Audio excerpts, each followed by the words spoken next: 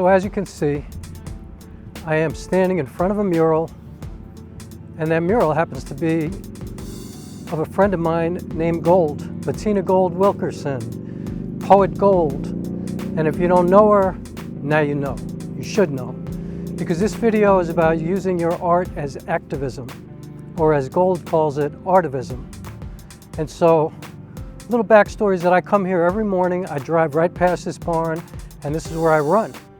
There are these beautiful fields back here. It's just like miles and miles of dirt trails. It's like Mecca for me, just complete heaven, something that I was hoping to find when I came up here to Poughkeepsie, and I found it. These are ecological organic farms that provide the community with a lot of produce and stuff like that. And it's also a sense of community over here, people gathering and coming together and trying to contribute to the community and bringing art into it as well, obviously. I mean, look at this beautiful building that they, allowed somebody to come and beautify with their art. And so I just wanted to come on here real quick. I'm not going to leave a long, drawn-out video here today, but I just wanted to say that now more than ever, I think that artists need to take this opportunity to use their art for some activism, to speak out, to take all of this difficult, like despicable stuff that's going on in the world. And we just came off of a week of two horrible shootings, just tragic events in Buffalo and in Texas. And I think that more than politicians, more than activists, more than teachers, more than anybody, artists are the ones who can be heard and who can probably be easiest, the easiest to be received by people. Like, we create these beautiful stories, we create these characters that people fall in love with, and then they can maybe start to have dialogue and discuss things that are not so easy for them to discuss in general. And so I think it's a really important time for artists to come out and do that. Here's a guy about to run on my trail. So anyway, back on track.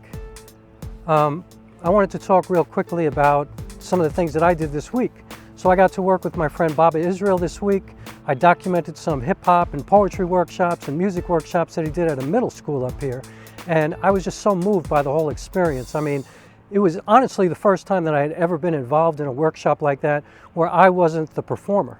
I was doing all the camera work, I was shooting everything, I edited everything, I created 4 small documentaries, and it was really deep for me to watch, to just see from, behind the scenes, the reaction of these students to these artists, and also the reaction of the artists to the students, and this beautiful shared experience that occurred every single day that I was here, and I was here for a week and a half. You just get to see the power of art, the power of theater, the power of music, the power of poetry, the power of, visual art. I mean, it's just very, very, very visceral and meaningful and necessary. And I think that as artists, we should take it as a responsibility. Not just an opportunity, because it is an incredible opportunity, but I think that we should take it as an opportunity, as a responsibility to reach out to people and to speak out, because we happen to still live in a democracy. Now, we're lucky. And a democracy is kind of a failed experiment throughout the world. We're still here, we still have the opportunity to keep it, and we might lose it. We're kind of in a place where it's kind of teetering on destruction right now, where people are not believing the voting process and stuff like that, and I think we are as divided as we've ever been. And so, again, I think artists can help to bring us together. It reminds me of, I remember a long time ago I was watching a basketball game, an NBA game, and I can't remember exactly who the 2 players were, but they were both from the same part of the world, which was Yugoslavia, before it became Serbia and Croatia. And I remember I was watching this game, and all of a sudden a fight broke out on the court, and it was between these 2 guys who were playing against each other on the court, who had grown up together in the same neighborhood in that part of the world, and who were so incredibly divided by the politics that were going on and the wars that were going on and the tragic murders that were going on in that part of the world. All right, I'm not absolutely positive that I'm completely accurate about this story. I mean, I know definitely that something like this happened, but I can't remember the names of the 2 players or the exact circumstances, so I don't want to be, acting like I I'm putting out information that's not correct. I mean, I know that something like this happened, but as I'm editing this video, I'm thinking, this is kind of, you know, I can't really completely remember. So it happened. It's terrible. It was because of politics. It was ridiculous, but I'm not sure that I'm being absolutely specifically accurate about what happened at that time, but you get what I'm saying. It doesn't really make that much of a difference, but I just wanted to add that to be completely honest about everything that I put out on the internet. Okay. I mean, these were guys who were best friends when they were kids, and now they were physically fist fighting in the middle of an NBA game because it was just boiling up inside of them. And I just, you know, I've been thinking a lot about that lately because I think we're very close to that place. I think that we're so divided. I think that, you know, like I know I feel it. You know, I feel it. I think as convicted as I feel about the things that I believe in, you know, I think that people on the other side of the spectrum feel as strongly about what they believe in, you know? That's the problem. People feel so strongly that there's no middle ground and a democracy can't work like that. It's not going to work like that. We're going to lose it. And so, I don't know what else to say other than, you know, a democracy is all about participation. You know, you have to vote. No matter what you think, you have to go out there and participate in the democracy. And a democracy is based on voting. So you have to go out and vote, but you also have to speak out while you have the opportunity. Like, we're lucky enough to be able to say anything we want and not get killed by the government for it or be put in jail or whatever. Now, I know, of course, that, you know, people are going to say, oh, that's not true. People, you know, get picked up by the CIA and the FBI and all this kind of stuff. Like, okay, I mean, I don't know. You know, I'm not a conspiracy theorist myself, but I'm also somebody who doesn't not believe anything. Like, I am wide open to everything. But I do know this. I do know that I am an activist. Like, I know, for example, a lot of people know me as the guy who was screaming about the Sean Bell shooting for many, many years. Let's talk about Sean Bell. He was 23 years old. He was about to marry the woman he loved, the mother of his child. Just like you and me and him and her and he and she. His friends wanted to throw him a bachelor party and send him on his way, you know what I mean? To the rest of his life. You know, a big party for the wedding was planned. I've had friends and family came in from all over the country, but you see, this thing is dead. You know, Sean Bell was kind of one of the first black names that was killed by police officers, the first unarmed black man who was shot and killed by police officers, and actually not the first. But he was somebody who, it just became a gigantic national story, an international story, in fact. And I created art around that many different ways. I created a song, I created a poem, I created a play based on that event. Have you ever heard, even one time in your life, a story like Sean Bell's about three guys who are white? Have you ever heard, even one time in your life, a story like Sean Bell's about three guys who are white? And I kind of became the Sean Bell guy. And in fact, you know, just when I was questioning whether or not we have any kind of real meaningful reach out into society, I mean, I'm a theater artist, so I play mostly smaller to medium-sized houses. You know, I'm not doing Broadway with my solo plays. I mean, not yet. But I played big house. You know, I played for 1,500 people, 1,800 people. But generally, I'm playing for a house that's somewhere between 99 seats and, say, 380 seats. Something that's relatively small. But one day I got a message on Facebook Messenger from a friend of mine named Timothy Douglas, who's a pretty big director in the theater world. And he said, Rock, if you don't think that your work is connecting or having any kind of reach, just know that today I conducted a huge audition process for a play that I'm doing in Chicago at the University of Michigan. And he had probably 1,000 people in this auditorium doing auditions. And one of the kids got up on stage. These were students mostly. Got up on stage and he said, my audition today is a piece that I found on YouTube, an artist named Rock Wilk from New York City. And it's about the Sean Bell shooting. And he performed my play. And so that gave me everything. You know, that was like one of the biggest honors that I've ever received, just to get that information from Tim. Like, it was just crazy, you know. Another time, a kid that I know, who I've known since he was a little kid, he's grown up to be an incredible young man now. He was auditioning for a pretty big theater company in New York. He was auditioning for this opportunity to get this grant where they give you an apartment, they give you all these classes, they help you develop a play, and then they give you a big production. And I'm not going to mention the production company, But he was about to go through the audition process, and he actually contacted me and asked me if he could use some of my script from a play that I wrote called Broke Wide Open that I performed for 6 years. He wanted to use a piece of that for his audition process, and of course I was honored by that, and I let him do it, and he used it, and he got the gig, he got the grant, he got the apartment, he got to develop his play, and he used, like, he was inspired by my work. I was floored.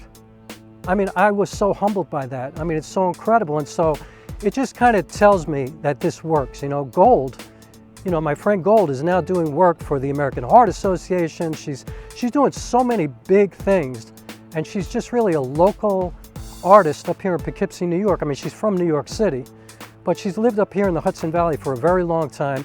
She is all about community, all about contributing, all about helping, all about working with kids. She donates her time so much, but you know, she also gets paid for her work. But she gives of her work so much as well.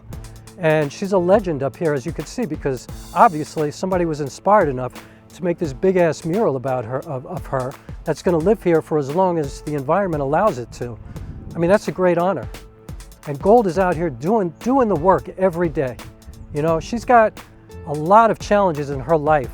I mean, if you knew her, you would be amazed that this woman can even get up in the morning and get out there and do what she does. She has been working at a school in Staten Island for years. She goes out there 3 days a week to work with these kids. She's been doing this for years. She lives in Poughkeepsie, New York. That means she's been getting up at like 2:30 or 3 o'clock in the morning, getting on the train, getting into Manhattan, taking the train from Manhattan to the ferry, getting on a ferry, going to Staten Island, and then working for a few hours with these kids, and then coming home. That's dedication just for the kids. And trust me when I tell you, if you're working for a school and if you're contributing in that way, you're not getting paid all that much money for it.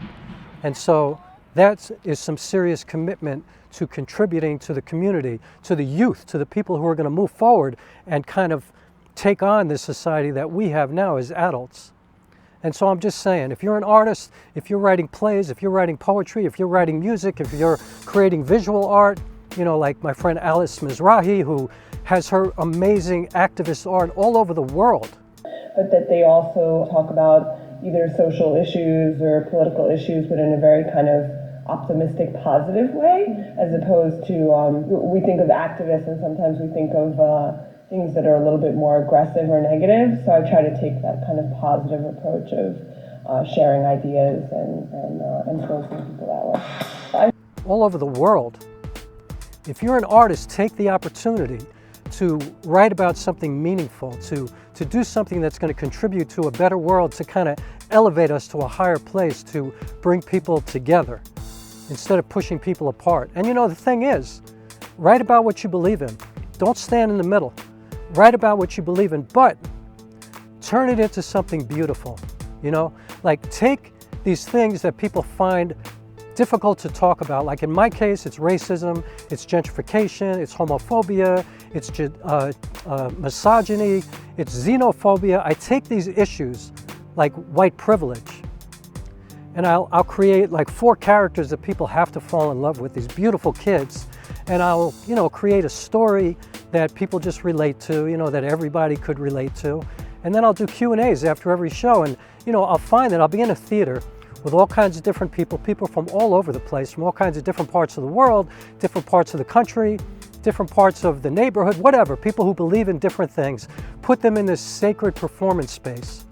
You know, this place where we get to share stories, you know, like a town square, you know what I mean? And share this story. Everybody receives it at the same time, and then we sit and talk about it afterwards. And you would be astounded at some of the dialogue and some of the conversations that I have heard after some of my shows over the years. I mean, it gives me so much. You know, it's like good nutrition. It makes me feel like my life is worth something. You know what I mean? Like, you know, we are all a tiny little speck of sand, like a tiny little speck of sand in this ocean of humanity where we are nothing. Like, you know, no one person is changing the world or doing anything like that.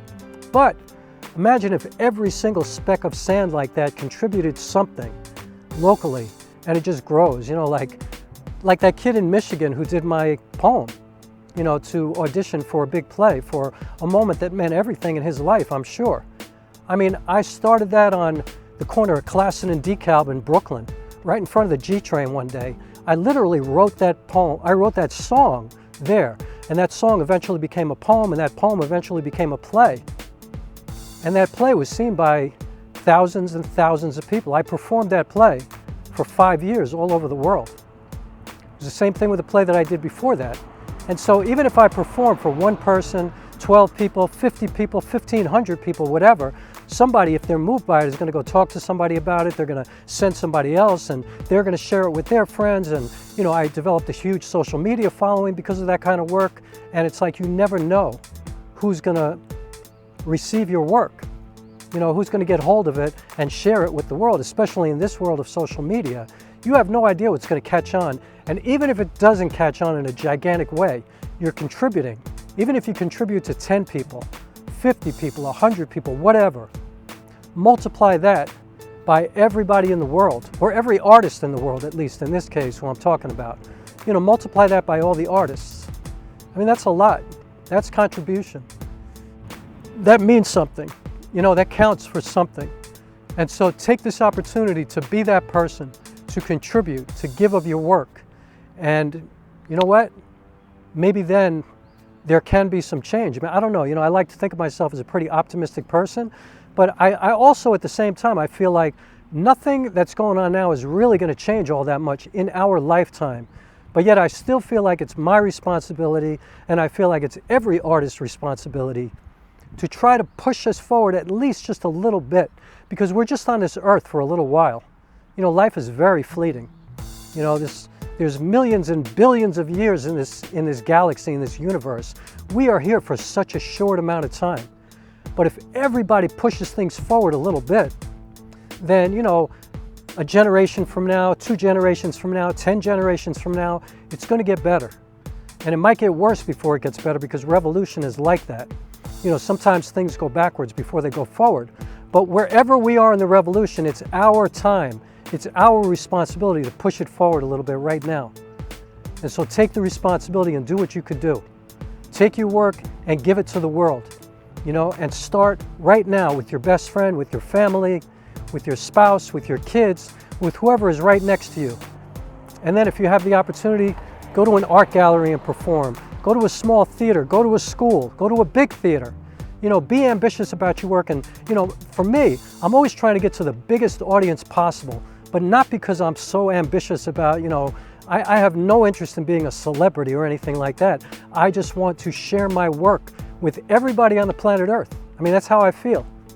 I want to share my work. I don't care if my name is on it. I don't care about any of that. I just want to share my work. I want to contribute. That's what my desire is. And my intention is always to contribute something that will bring us together, you know, make people feel better about one another, have more empathy. You know, my work is all about empathy. That's it. That's what I'm trying to do. So anyway, I'm going to stop now. I've been here long enough today. Thank you so much for watching. I hope you're okay. There has been so much tragedy in the world for the last couple of weeks. I mean, for a very long time now. We've had over 200 mass shootings in this country this year.